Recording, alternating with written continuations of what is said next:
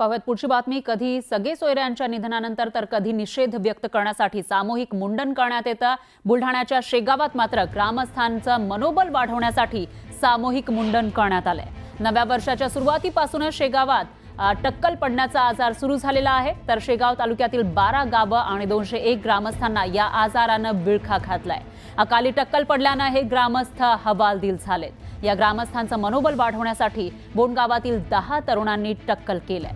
बोंडगावात केस गळतीचे 30 रुग्ण आहेत। त्यांच्यावर आरोग्य विभागाच्या विविध शाखांकडून उपचार सुरू आहेत। या दरम्यान त्यांचं मनोबल वाढवण्यासाठी या तरुणांनी टक्कल करत आम्ही तुमच्या सोबत आहोत असा संदेश दिला।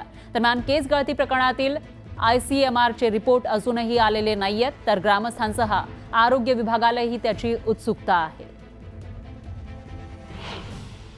आमच्या गावात गेल्या 1 महिन्यापासून केस गळतीचं प्रमाण वाढलेलं होतं आणि एक आजार पसरलेला होता। तर सर्वांचं मनोबल खचलेलं होतं।